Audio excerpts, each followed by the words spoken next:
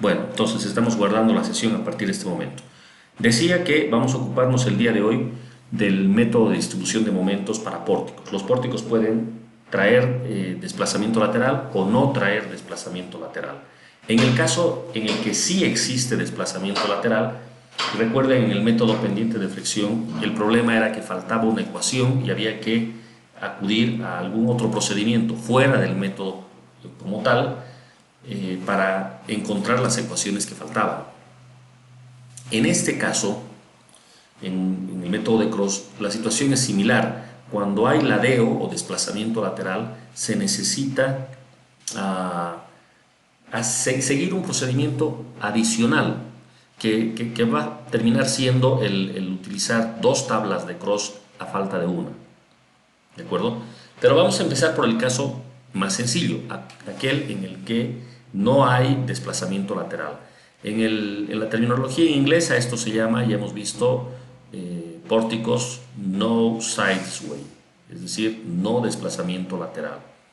Ya hice énfasis en clases pasadas que los programas que utilizamos vienen en inglés, varios de ellos, por ejemplo SAP, y esta palabra técnica en inglés, sideway, es sinónimo de desplazamiento lateral en pórticos. Entonces no está de más familiarizarse con ella. Veamos el ejercicio como tal. Vean ustedes que bueno, vean ustedes que el pórtico trae restricción en el sentido lateral. A pesar de que tenemos una carga de 60 kilonewtons, esta no va a ocasionar ningún desplazamiento lateral. Tenemos una carga distribuida, el resto de los datos están en la figura. Entonces el enunciado pide determinar momentos internos en los nodos del pórtico. Vamos a considerar que el apoyo E, el de la derecha, es articulado, pues es un apoyo fijo. El apoyo D también es un apoyo fijo, mientras que el apoyo A lo vamos a tomar como empotrado. Eso es lo que dice el texto. Y además considerar EI constante. ¿De acuerdo? Todo EI constante.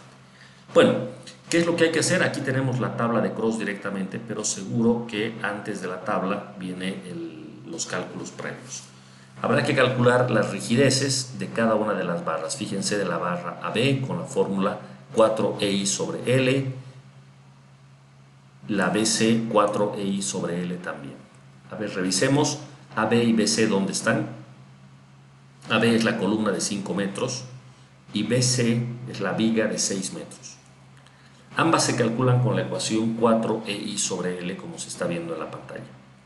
En tanto que para CD y para CE se utiliza 3EI sobre L. Y eso se explica porque la barra CE termina en un apoyo articulado y la barra CD también tiene en su extremo un apoyo fijo.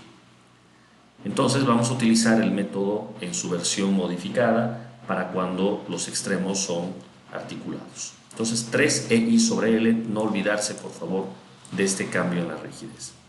En cuanto a los factores de distribución, lo mismo que hemos visto antes. ¿De cuántos extremos tenemos que preocuparnos en este problema? Miren que son 2, 3, 4 barras. 4 barras, 2 extremos por cada barra, serían 8 extremos. Pero el extremo D y el extremo E, ¿no? donde termina el pórtico, tiene un apoyo fijo y va a ser excluido del cálculo. Por lo tanto, en lugar de 8 solamente voy a tener que calcular para 6 extremos. De hecho, aquí está, fíjense, aparece en la tabla de Cross los joints, es decir, los nodos A, B, C, D hasta E. Aparecen los elementos, en este caso los 8, incluso los que no se van a considerar. Pero vean que se los pone solo por formalidad, porque el extremo DC y el extremo EC en realidad no van a recibir nada, como se puede ver en la tabla. Si no hacen nada en la tabla, entonces podríamos obviarlos. No es necesario siquiera incluirlos en la tabla. Reitero, es el extremo DC y el extremo S. ¿Verdad? Estos factores de distribución vienen calculados de la manera habitual. Vamos a seguir con el detalle aquí abajo.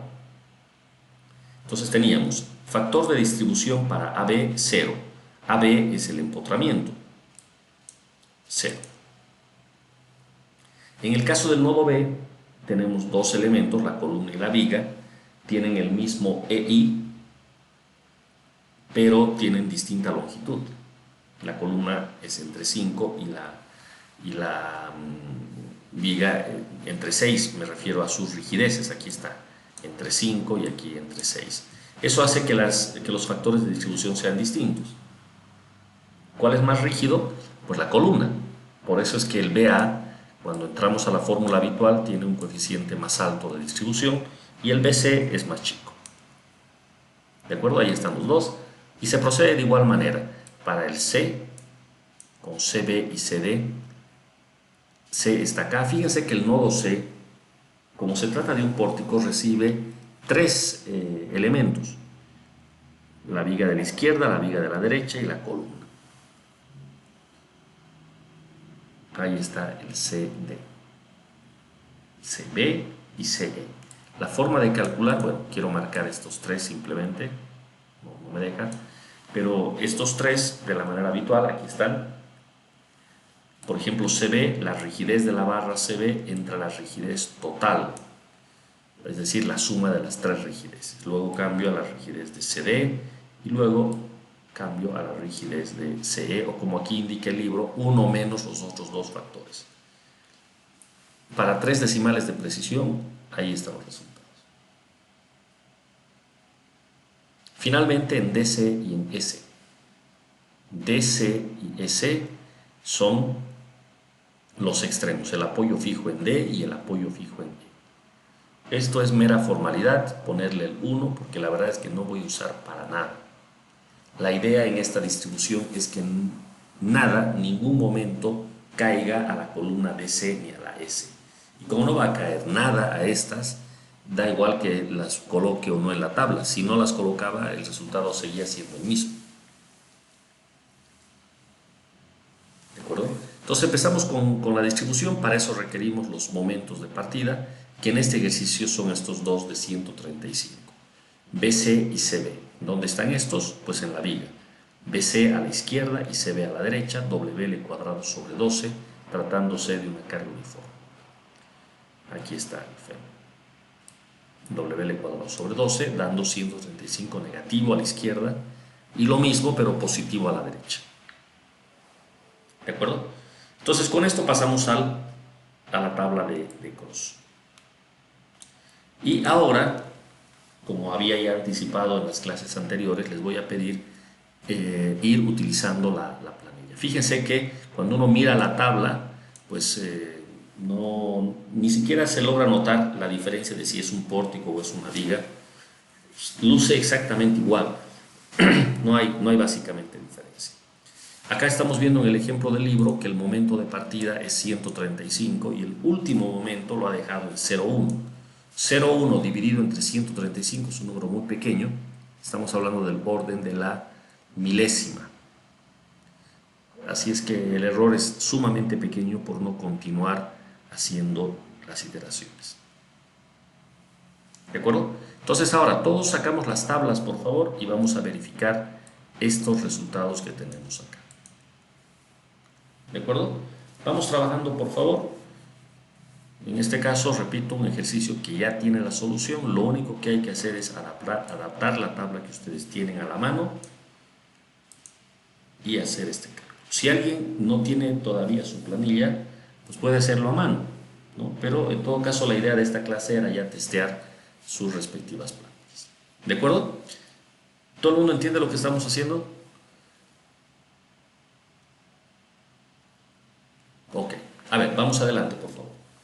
Me van avisando en la medida en la que van sacando los resultados. Yo voy a detener la grabación momentáneamente porque no tiene mucho sentido que esta continúe mientras ustedes están trabajando en la conexión en vivo. ¿De acuerdo? Ahí está. Entonces tenemos la tabla partiendo del FEM, la distribución la hacemos de la manera habitual, con una única aclaración. La DC y la EC, que corresponde a los apoyos articulados en el extremo del pórtico, no tienen que recibir momento de ninguna clase. Esa es la idea.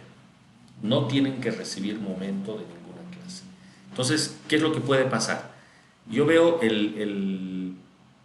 la columna CD, el extremo que se encuentra en la parte superior le vamos a llamar CD y el de abajo DC, ¿verdad? CD, el que está acá arriba, es este en la tabla. Bueno, no logra marcármela sobre el PDF, pero es este, el CD, ¿correcto? Todo momento que cae en la columna CD en condiciones normales tendría que transmitirse a la mitad al extremo opuesto, al DC. Pero como ustedes notarán, no se transmite nada. O sea, por ejemplo, este 40.2 negativo que tenemos en la columna CD, si no estuviésemos con el método alternativo, pues no tendría que, o sí tendría más bien que transmitirse hacia el extremo DC y llegaría a la mitad, o sea, menos 20.1. Pero como notarán, eso no se puede hacer. El otro momento que lo tengo que dejar sin transmitir es el de la viga CE. El extremo CE, cualquier momento que caiga a ese extremo, por ejemplo este menos 50.2, debería de transmitirlo al extremo de la barra, o sea, al EC. De la columna CE a la columna EC debería de llegar la mitad. O sea, yo tendría que trazar una flecha desde la columna CE hasta la columna EC y trasladar la mitad del momento, pero como pueden ver en la tabla no se hace eso. En el resto sí. Por ejemplo, en BA tengo un momento de 73.6. BA es la columna. ¿Hacia dónde se transmite? Pues hacia el AB. Aquí está, hacia el AB. Sí se transmite. Entonces, tener el cuidado de no estar llevando momentos hacia el extremo DC de ninguna clase, que no se admite en este procedimiento. Bueno, dicho esto, las operaciones de distribución y luego de traslado de momentos, el 1/2, se hace de manera secuencial. Fíjense que en la primera línea se ha colocado 135 unidades de momento y tras la primera distribución nos quedamos con un momento, el más grande de todos, de 36.8. O sea, en solo una iteración hemos pasado de 135, el momento más grande, a 36.8, el más grande. En la siguiente iteración pasamos a 6.1. Miren cómo se ha reducido de 135, ahora solo tengo 6.1. ¿De acuerdo? En la siguiente llegamos a 1.4 y en la siguiente llegamos a 0.2. Con el último equilibrio, el momento más pequeño que se ha colocado es de 0.1. Eso quiere decir que tengo un momento remanente de 0.1 habiendo partido de 135. Si yo divido 0.1 entre 135 me da un orden de la milésima.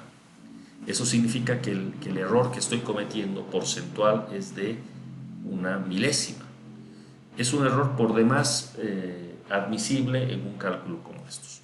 No olvidemos que en la ingeniería estructural calculamos estos momentos para convertirlos en una sección de acero, por ejemplo, para determinar el tamaño de las vigas, o si se trata de hormigón armado, para determinar la cantidad de refuerzo de acero.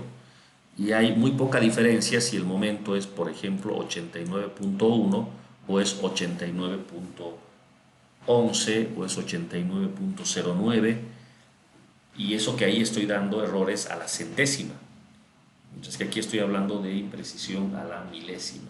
Entonces, por demás, ¿de acuerdo? Ahí nos podemos detener. Lo ideal sería que podamos compartir acá en la pantalla, en la clase, los trabajos, pero bueno, esta modalidad no ha funcionado muy bien en ese sentido y perdemos un poco de esa riqueza de los cursos, de poder compartir el trabajo, de poder trabajar en la clase. Importante. Sí, dime, José. Disculpe, era comprobar los cálculos nomás en una planilla, ¿verdad? Eso, nada más que eso. Sí, sí, sí. Porque le puedo presentar, Inge, le quería decir hace rato, disculpe. Ah, perfecto, adelante. Eh, ¿Le puedo presentarme, Inge? Sí, sí, adelante, por favor, José. Eh, ¿Puede verse la pantalla? Y ya Puede- estamos bien. Eso es, ahí está. Sí, Inge, básicamente yo solo hice los cálculos que estaban en la tabla que nos mostró para corroborar que sí salían, ¿verdad? Y bueno, me di cuenta que varían por décimas, ¿no? Porque eso debe ser por el redondeo, ¿verdad? Sí, sin duda. Tú estás trabajando ahí con... En la hoja se ve 3 decimales, ¿no? Pero Sí, quizás atrás tienes una precisión más grande. sí, sí. Lo he Sí. reducido los decimales. Puedo reducirlo Ajá. igual un poquito más. Ahí está, fíjate cómo altera eso, ¿no? Pero en esas condiciones, digamos que la diferencia va a la centésima y es muy chica, ¿no? Según el libro, el momento en A es 44,5 y acá tú estás sacando 44,47. Realmente no hay diferencia, es lo mismo. Es lo mismo. En la práctica esto es lo mismo, ¿no? Eso es lo que queríamos ver. Perfecto, José Manuel. Esta planilla tú la puedes adaptar para el caso en el que no hay extremos fijo o móvil, ¿correcto? O sea, si cambias el DF, te permite hacer el traslado hacia las columnas D y E. No, Inge, no lo programé así tan bien, solo utilicé las operaciones algebraicas. Perfecto, está muy bien, está muy bien. De hecho, en Excel generalmente funciona así, ¿no? Sí, O sea, el tiempo que uno tarda en hacer esa adaptación, digamos, no se compensa con el que uno tardaría abriendo el SAP y armando un modelo para esto. Esto es mucho más ágil, mucho más ágil. ¿Sí? Perfecto, José Manuel, eso es lo que quería ver. Muchas gracias. Miguel, una consultita. Sí, En el examen podemos hacer todos los cálculos a mano, ¿verdad? Hasta llegar a esta tabla y esta tabla directamente la podemos copiar o adjuntar en el PDF. oh ya, sí, esa es una buena pregunta. Sí, tú puedes hacer todo a mano si gustas, incluso la tabla, o todo programado, incluso desde la primera parte, o como estás planteando, ¿no? La primera parte a mano y la tabla así. Todas esas combinaciones valen. Lo que importa es que en el examen aparezca en el PDF eh, la verificación de todo. O sea, el cálculo a mano tiene que aparecer en el PDF y lo que has hecho en la planilla tiene que estar también completa en el PDF. Ya, ya. Solo ese nivel. Muchas gracias, Ya, Inge. eso es perfecto. Le dejo de presentar, ¿verdad? Sí, sí, muchas gracias, está muy bien. A usted, Inge. Gracias. Eso es. Bueno, entonces esa era la idea. Yo regreso a mostrar, vamos a ver,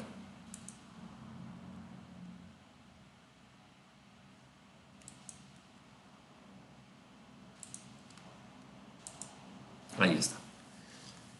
Bueno, entonces, como ven, con pequeñas diferencias en cuanto a decimales, pero nada significativas en la práctica, se tiene nuestra tabla de Cross.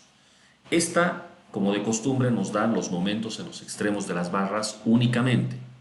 O sea, el trabajo aún no ha terminado, pero ya tenemos todo como para sortear la dificultad de la hiperestaticidad de la estructura. O sea, a partir de este momento podemos hacer un despiece, un diagrama de cuerpo libre, barra por barra. En este caso tenemos 2 columnas y 2 vigas, y una por una podemos ir analizando, como ya hemos visto varias veces en los ejemplos pasados. No olvidemos eso, por favor, en los ejercicios. Volviendo a la pregunta que hacía su compañero hace un momento, esa parte, el cálculo del diagrama de momentos, tiene que estar en la hoja de examen, en el PDF, ¿de acuerdo? Ahora, acá un detalle importante, miren cómo muestra el libro esto. Muestra los momentos, o sea, el resultado del cross, y directamente muestra el diagrama de momentos. Esto no es posible hacer en un cálculo a mano, ¿me entienden? Acá lo que no está mostrando el texto es el cálculo para llegar a este diagrama.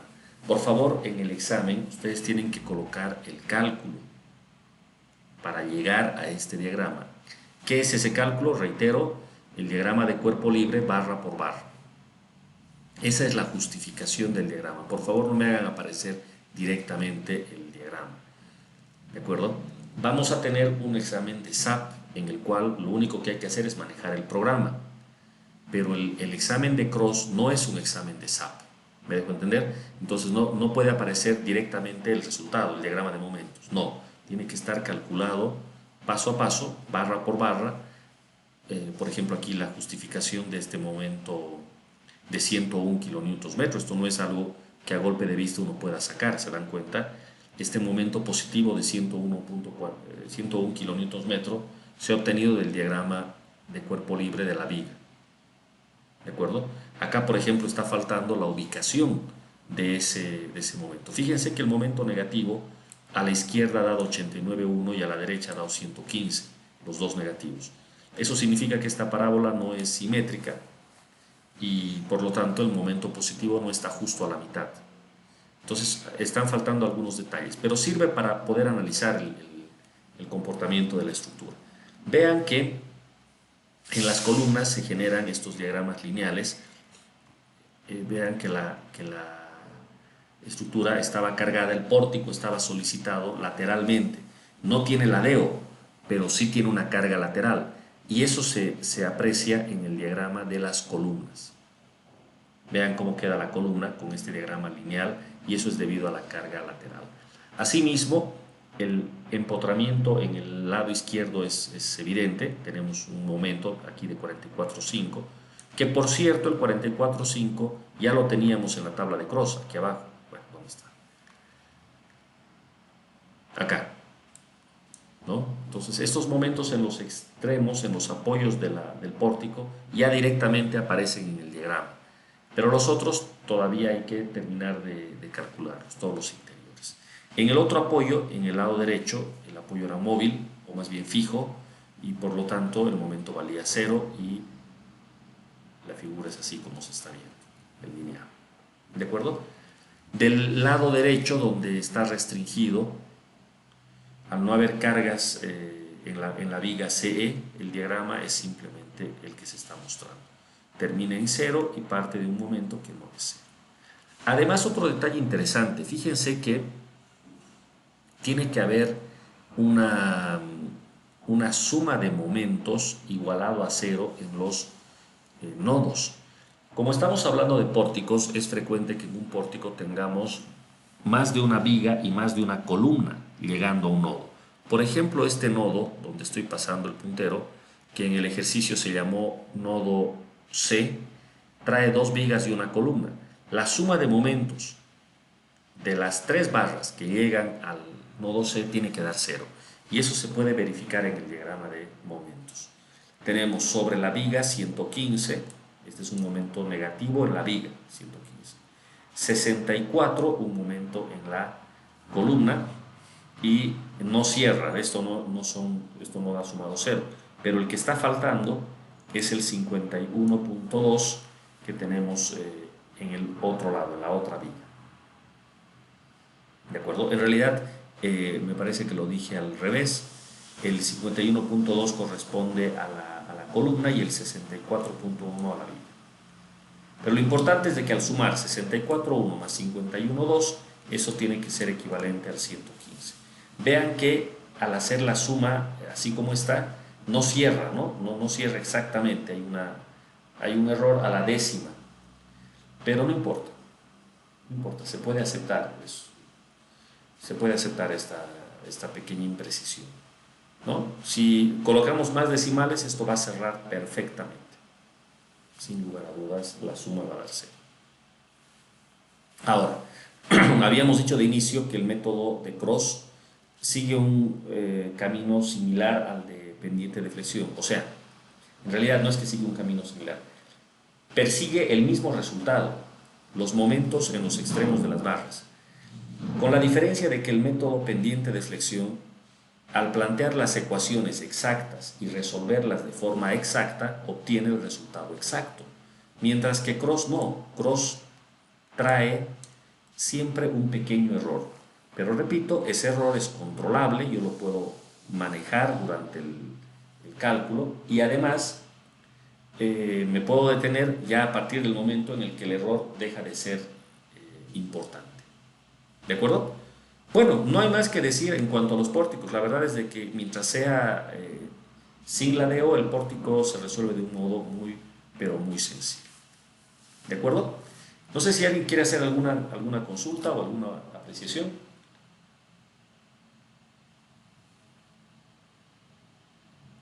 Y entonces, Cross está restringido a asentamientos y a ladeo, disculpe, no, se complicaría el cálculo, no se podría hacer.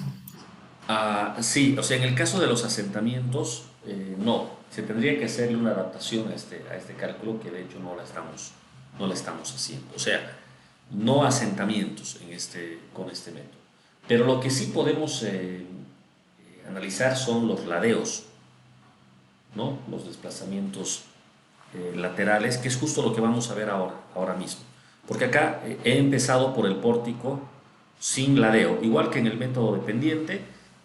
Primero el pórtico sin ladeo, que es más fácil, y ahora paso a mostrar el pórtico con ladeo, que es el que tenemos a continuación. ¿Ya? Entonces lo único que estaríamos excluyendo sería el caso de los asentamientos, nada más. ¿Ya? Bueno, entonces aprovechemos que tenemos el libro abierto, vamos a ir a los pórticos que aquí se llaman tipo sideway, es decir, los que tienen desplazamiento lateral o ladeo. ¿Cómo se aplica esto? Voy a ir directamente a unas figuras que presenta el libro para explicar la idea. Una vez más, acudimos a la superposición. Quizás en todos los temas en lo que va del curso hemos utilizado en algún momento superposición. Y nuevamente acá lo vamos a hacer. Recuerden, sin embargo, que la superposición solo es válida entre tanto el análisis sea lineal.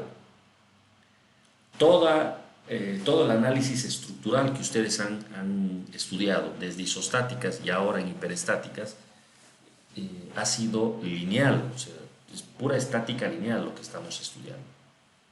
La estática no lineal prácticamente no se ve al nivel del pregrado y está bien porque es algo que no se aplica habitualmente, ¿no? Pero si alguna vez se tienen desplazamientos muy grandes, esa pasaría a ser una estructura especial y habría que tratarla de forma no lineal. Y todas las veces que utilizamos superposición, pues todos esos cálculos no se los podría utilizar más. La superposición ya no sería válida. Esos cálculos especiales en los que se trabaja con desplazamientos grandes, en la carrera se estudia una materia electiva en estructuras que justamente se llama así, estructuras especiales. Y lo que la hace especial a la estructura, entre otras cosas, es que los desplazamientos son muy grandes y obliga a hacer un análisis no lineal o algo para compensar esa no linealidad. Pero bueno, volviendo a lo que estamos aquí mostrando, se puede utilizar la superposición. Vean el pórtico que aparece en el gráfico A. Es un pórtico no restringido lateralmente, sujeto a una carga de gravedad que es P, que no está ubicada simétricamente. Si la carga P estuviese situada justo al centro de la viga, entonces no habría ladeo, pero como está situada fuera del centro de forma simétrica, a pesar de no ser una carga lateral, genera ladeo, genera desplazamiento lateral. Esto es algo muy importante. El concepto quiero que lo guarden en la memoria. No necesariamente un pórtico tiene que estar sujeto a cargas laterales para desplazarse lateralmente. Basta que la carga de gravedad no sea simétrica para que exista un desplazamiento lateral, como acá. Obviamente, si hay una carga lateral, con mayor razón va a haber un desplazamiento lateral también. Ahora, la línea punteada muestra cómo se va a deformar el pórtico, como siempre, respetando que si es empotramiento, la deformada vale 0, la deflexión angular vale 0, y que en las uniones viga-columna, salvo que se diga otra cosa, las consideramos rígidas y por lo mismo debe mantenerse los 90 grados entre viga y columna, por mucho que esté deformada la estructura. Bueno, ahí está nuestra viga deformada, nuestro pórtico. El problema acá es el desplazamiento delta. Delta es un desplazamiento que no se conoce. Llega a ser un desplazamiento relativo entre el extremo superior de la columna y el extremo inferior de la columna. O sea, entre A y B ha habido un desplazamiento relativo. ¿Sí? Eso no ocurre en la viga. Fíjense que en la viga entre B y C no hay ningún desplazamiento relativo. Es decir, tras que se deforma la viga, o digo el pórtico, en la viga tenemos el extremo B y el extremo C a la misma altura, no ha habido ningún desplazamiento relativo. Pero en las dos columnas sí existe. Entre A y B hay un desplazamiento, delta, y entre D y C hay un desplazamiento que es el mismo delta. No puede ser otro porque si no eso implicaría que la viga cambie de longitud y no puede cambiar de longitud. Estamos diciendo que los desplazamientos son pequeños. Bueno, ¿qué hacemos con el delta? La técnica cuando se va a utilizar cross consiste en restringir el desplazamiento. O sea, fíjense, volvemos a dibujar el pórtico con la carga, en este caso es la carga P, pero ponemos una restricción que, como aquí indica el libro, es una restricción artificial. O sea, esta restricción en la realidad no existe. Puede ser como acá un apoyo fijo, ¿no? Y claro, como el pórtico en la realidad trata de desplazarse a la derecha, este apoyo fijo genera una reacción que podríamos llamarle R mayúscula y claramente en este caso apunta a la izquierda. ¿Cómo podríamos completar la superposición para reproducir el pórtico real? Sumamos el mismo pórtico en cuanto a geometría, pero ahora colocamos la fuerza R hacia la derecha. Fíjense que el pórtico ahora aparece libre de toda carga, ¿no? Ya no se vuelve a colocar ninguna carga y se nota que la suma reproduce la condición original. ¿De acuerdo? Entonces tendríamos un pórtico en el cual no hay desplazamiento lateral, más un pórtico en el que sí hay desplazamiento lateral. Entonces, yo sé que a golpe de vista se nota que la superposición está bien, pero también se nota que hay algo medio extraño en esto porque ¿acaso no se suponía que porque el pórtico era desplazable estaba yo tratando de hacer algún artificio, algún truco para poder resolver? Y ahora que planteo la superposición en el pórtico de la derecha, dice, tengo el mismo problema que tenía de inicio. O sea, otra vez tengo un pórtico con un desplazamiento lateral. O sea, da la sensación de que no he mejorado prácticamente en nada. La situación sigue siendo la misma. Pero la verdad es que sí hay una mejora significativa.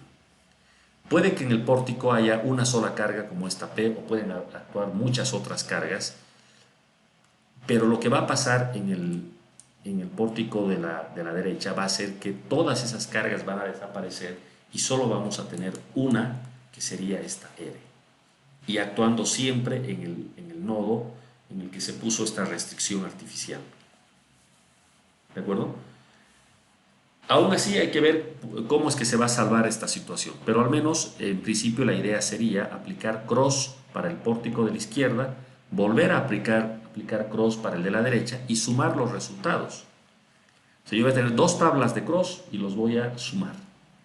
Acá tenemos esto, bueno, esta figura aprovecho para mostrar. Miren cómo definitivamente con esto nos acercamos a la situación más real que uno podría imaginarse. Este es un pórtico de lo más habitual, columnas, vigas, losas, no hay restricción lateral, por lo tanto este pórtico puede desplazarse lateralmente, incluso con solo cargas de gravedad.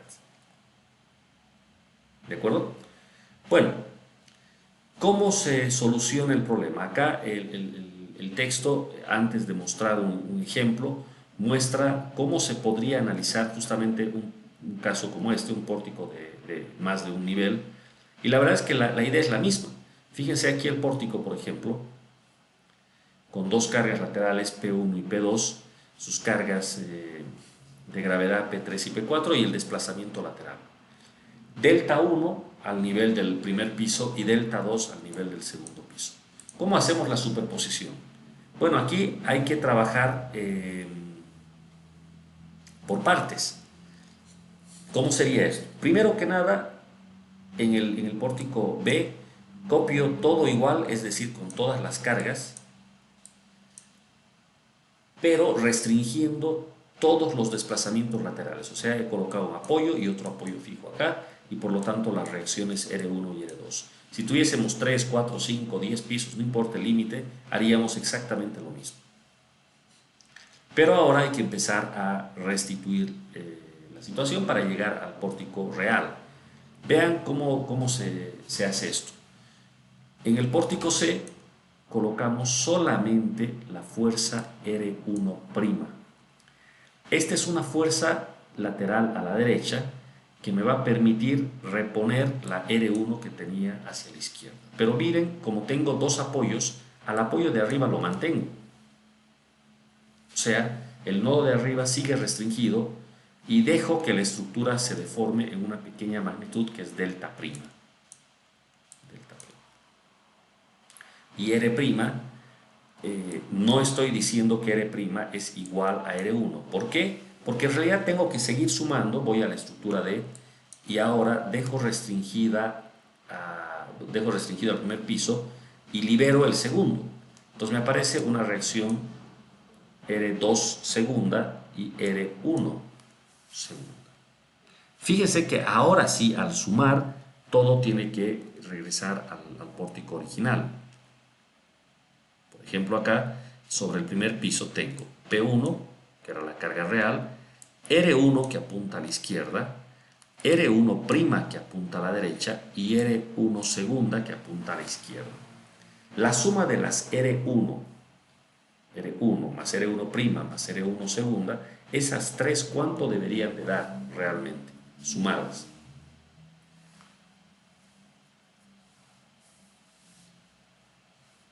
No sé si me entienden la idea.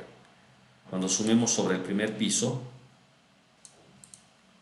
P1 más R1 más R1' más R1 segunda, lo que tiene que pasar es que todas las R1 se tienen que cancelar entre sí y solamente quedar P1, que es lo que tiene que pasar. El pórtico solo tenía la fuerza P1. Lo propio en el piso de arriba.